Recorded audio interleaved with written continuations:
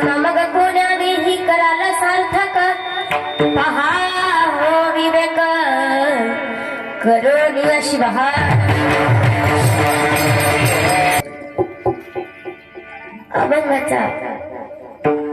अभंगाची निरूपण करण्याआधी ज्यांनी हा आपला देह अंधारात होता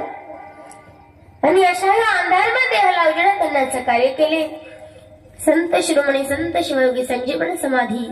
मनमत माऊली यांच्या चरणी कोटी कोटी प्रणिपात करून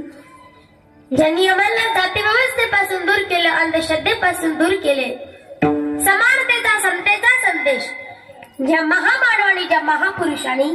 तुम्हा आमच्यापर्यंत पोहोचविले